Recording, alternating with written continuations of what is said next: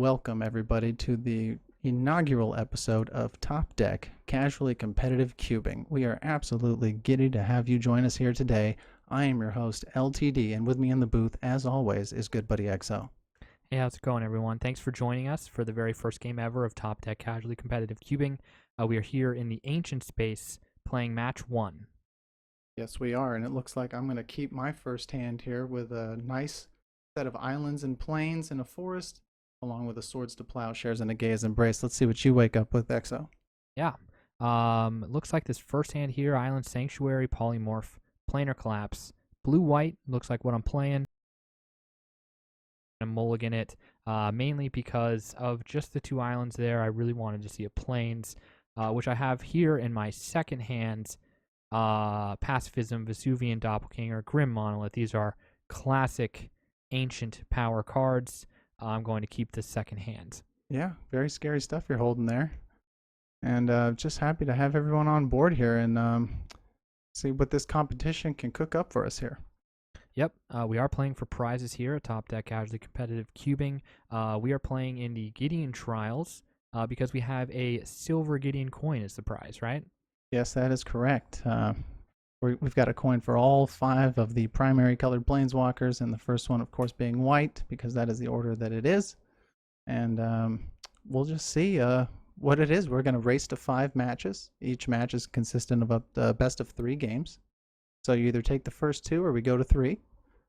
So yeah, it's gonna be a hell of a ride, EXO, and I'm really excited to start it. And here we have the very first card, Grindstone, being played here on my side of the neoprene. EXO. Yeah, Grindstone is certainly a piece of ancient power, one that I predict we'll see quite a bit through the ancient space. I know that my first 2 turns there were just island pass, which I love. It's a very fun way to start a game of Magic. And there's a Grim Monolith over on my side of the battlefield. Yeah. Yeah, you're going to see a lot of artifacts in the ancient space because not only am I a fan of them, but things like Grindstone, Millstone, Whetstone are incredibly powerful, especially in a 40-card draft format. Yeah, I love how stuff like Grindstone really shines in a 40-card format, making Mill even more powerful. Maybe something in 60 to 100 cards, Mill isn't quite as strong, but when you're down to 40, that has a real big impact. Absolutely, that's mathematics.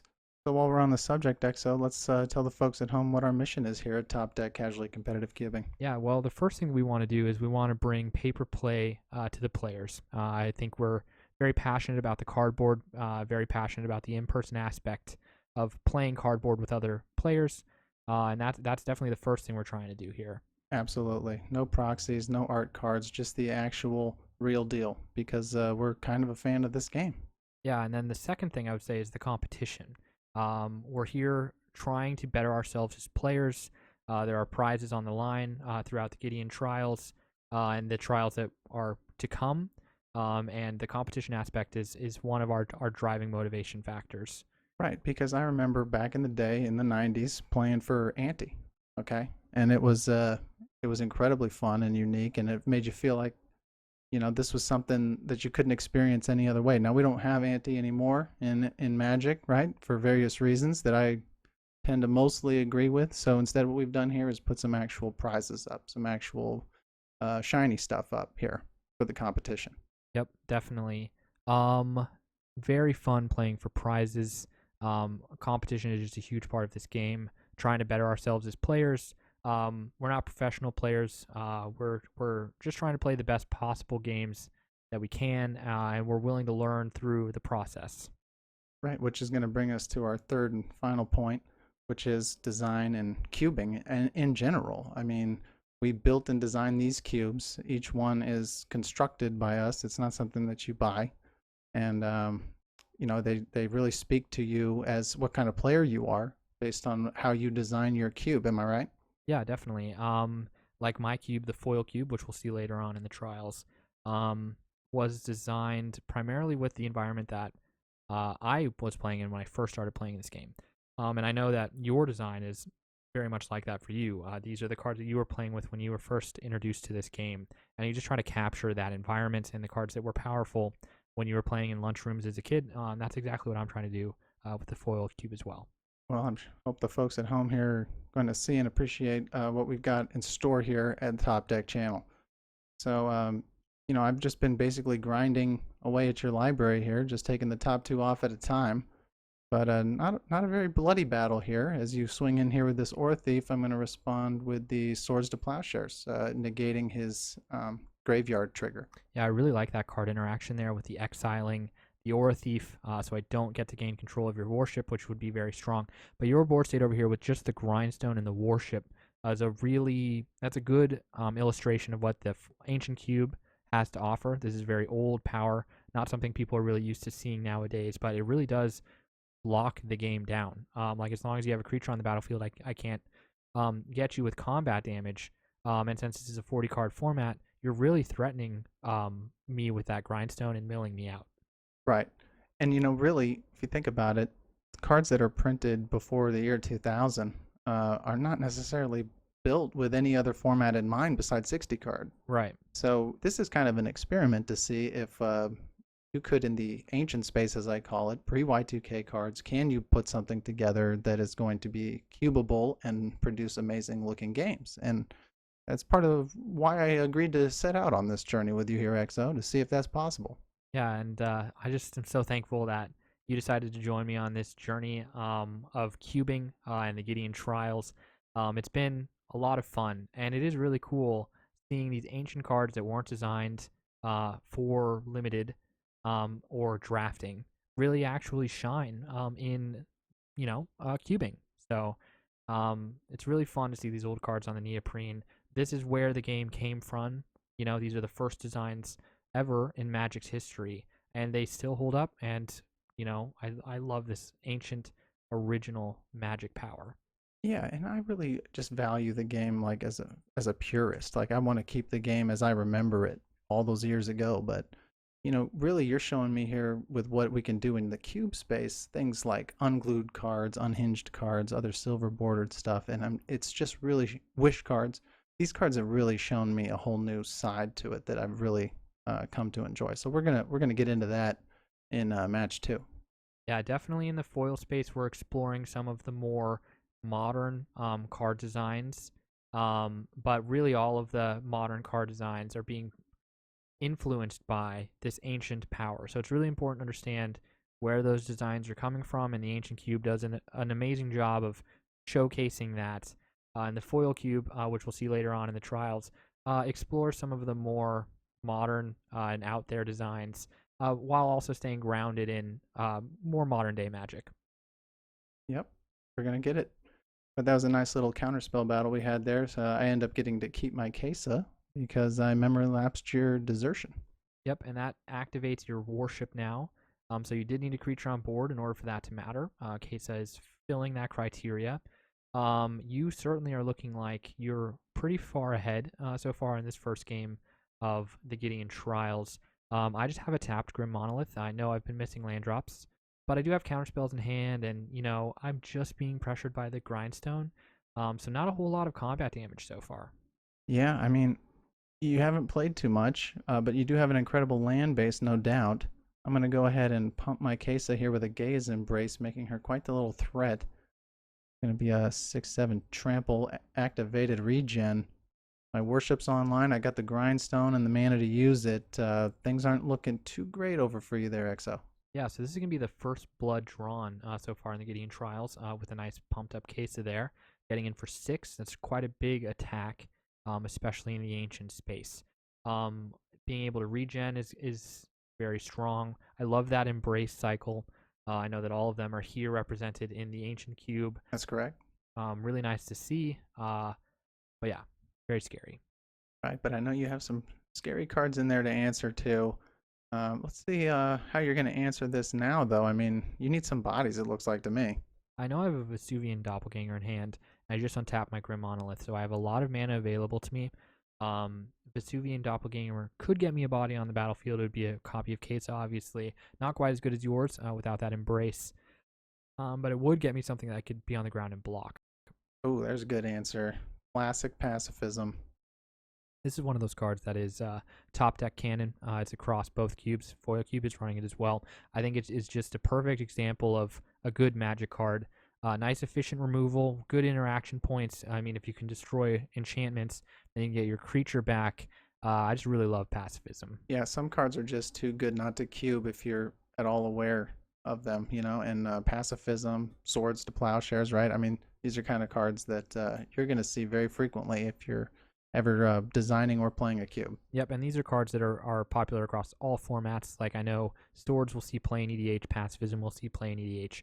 They also see play in 60 card formats and stuff like that. So these are just really good examples of Magic design, and they're right at home here in the cube format. Well said. I'm going to go ahead and top deck an Oath of Druids there. Not too bad, but not really going to help me at the moment. Yeah, not something you want to cast right now, is considering I would be the one getting the riggers and the free creatures on my upkeep, which is something that I would like. But yeah, you're sitting with a Force of Will and an Oath of Druids, two very, very powerful cards. I just drew a Thieving Magpie, which I love. It's just a perfect design, in my opinion, for 40 card drafting formats. It's not something you would really see play in EDH because the power level is too low. But a 1/3 flying body that helps you draw additional cards is exactly what you want, especially here in the ancient space.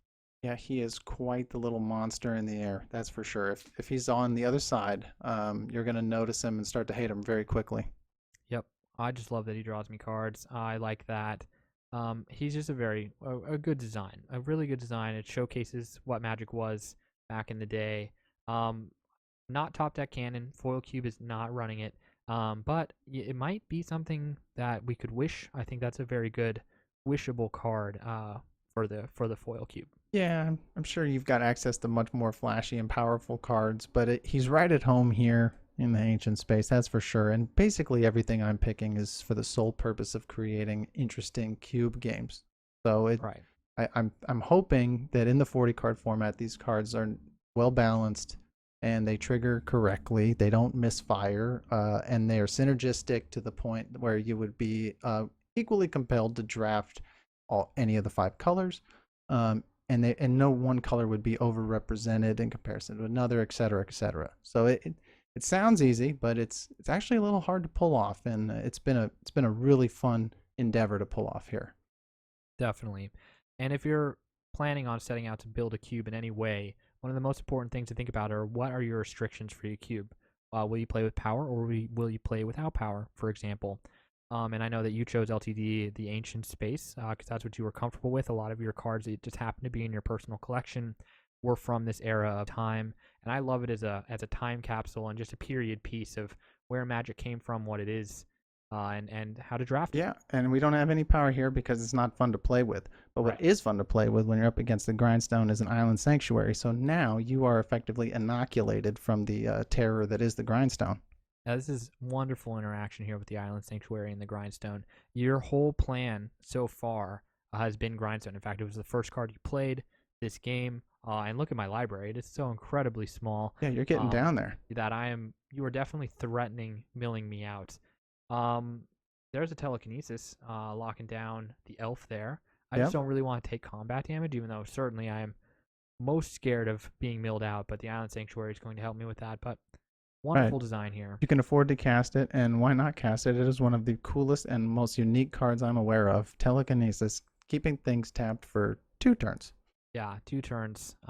That's what makes that card so unique. It's very powerful. Another piece of interesting interaction here is that Thieving Magpie is not a May ability. So when I deal combat damage with the Thieving Magpie, I must draw a card, which means at some point very soon here, when I am out of cards in my library, I can no longer attack with my Thieving Magpie. Yeah, he can kill you. Yeah, so I can skip my draw steps, and that'll get me around this grindstone, but I will not be able to attack you with my one body on the battlefield. So luckily, here's another one, Ghost Man, Ship. I love that ghost ship. That card just really brings me back. Yeah, that is a really, really cool card. A regenerating flyer in blue. Oh, Very, very cool. so nice. And that's just one of the things I just love about this game. The art, the way the cards look, the way they feel. You know, and that's a big reason again why I decided to do this. It just feels good to play paper and to play it with such a formidable opponent. Yep. I love what you've designed here. It's so much fun just cubing. I love this two-person cubing and focusing in on that, and finding ways to draft with just two people as opposed to the normal way of eight. Because really, competitions head to head, that's the way it should be. And drafting a cube with that in mind and designing a cube with that in mind is a really fun exercise. Absolutely. Well, you're getting down to the neoprene here. It looks like you've got maybe 3 or 4 left, and got a nice full hand here. Tons of great stuff, but how's it going to help you with your current problem? It's not. Yeah, this is a really difficult situation that I'm in here, mainly because of that warship. I don't actually know how to get through the warship right now. I do know that I'm not going to die to grindstone, because of Island Sanctuary. But how do I actually win this game? This is a difficult problem. Yeah. Ancient Cube is really showing us something strange here today. Really But showing that's what we're itself. going for, We're going for those. It's not the typical commander game you see where you cast Mystic Remora and a Rhystic Study and then another Mystic Remora and et cetera, et cetera. Just the same old, tired, boring stuff. Very impure and not the way that the game was, originally intended to be played. Now, neither is this in a 40 card draft format, but I really like to see what the cards are capable of doing. And is Richard Garfield, PhD's game that good? I believe it is. I believe it is as well. Um, I'm with just 3 cards in my library. I'm going to swing in with the Thieving Magpie, and the Ghost Ship, for a total of 3. Now, I want to get combat damage in, even though I know I can't win through combat damage because of the warship. But drawing cards, that's going to be really valuable. Yeah. But I don't want you to draw that one because I can grind you, and I would rather grind you for the chance that those 2 cards share a color and then mill you out completely. Right, and that was really dangerous and not a line that I saw. But if those 2 cards were the same color, I would have actually lost the game there due to my own Thieving Magpie trigger. So really good play there. Fortunately, those 2 cards did not have the same color. But I am now officially out of cards. I'm down to the Neoprene over there on my side of the battlefield, living just on Island Sanctuary. Can't swing with Thieving Magpie anymore. That's over. And even if I could get combat damage in, which I can with the Ghost Ship, it's not going to be enough with the Warship. Yeah, but I can't get any combat damage in either because of the Sanctuary. So Yeah, basically, what I know here from my deck list is I'm basically drawing for a way to destroy your Island Sanctuary. yeah. My game plan here is to mill you out through natural draws. I can just start blocking with the 2 creatures I have on board. And if you just naturally draw yourself out, I will win the game. Right. But we don't know each other's cards right now, because this is the very first game of the very first match. So the next game we'll have a better idea of what we're up against. But I know I've got maybe one answer in my deck, in the whole deck left, Yeah. to deal with this problem. Yep. And fortunately, you have a main deck answer to this situation. Otherwise, I could get you off natural draws. So these are the interesting states that Cube will put you in. I think it's very uniquely a 40 card format thing where you can get milled out much faster. And it's very interesting to see on the Neoprene, especially in a competitive setting here in the Gideon Trials. Yeah, and of course you decline that Oath of Druids trigger because it would kill you, and you can't swing with the Magpie because Right. that would also kill you. But you can still attack for 2. Yep, I'm going to get in the combat damage while I can. You're not threatening my life total quite yet. I do know that I'll probably start blocking with the Ghost Ship here any minute. I got a little overexcited, attacked with the Magpie, but I was like, wait a minute, Magpie is not a May ability, so he's actually just going to sit back and block for me. Oh, but there it is. My one answer. Yep, good old Disenchant, absolutely classic. Seems to play forever, has seen play forever. It's going to take the Island Sanctuary down. There it is, our top deck, Miracle Draw, Disenchant, targeting Island Sanctuary. It's, of course, going to fetch out that desertion, that known information desertion, and I hardcast the Force of Will. That's a great game, man. Ending with a counter war. Disenchant will end the game, destroying the Island Sanctuary, and the first one goes to you. I think I can live with that. Thank you, my friend. Great game. We'll see you in the next one. Good game, man.